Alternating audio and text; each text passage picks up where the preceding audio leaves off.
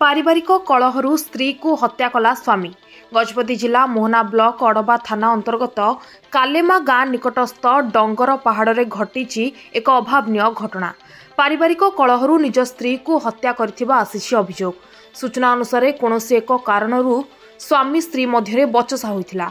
परे स्वामी धर्मेंद्र नायक क्रोधित होई निज प्रथम स्त्री लक्ष्य हीराराणी नायकंकु गंजेई बाड़े घोषाड़ी घोषाड़ी नहीं एक नालठारे पत्थर छेची हत्या करिथिबार सुनिबाकु मिलिछि।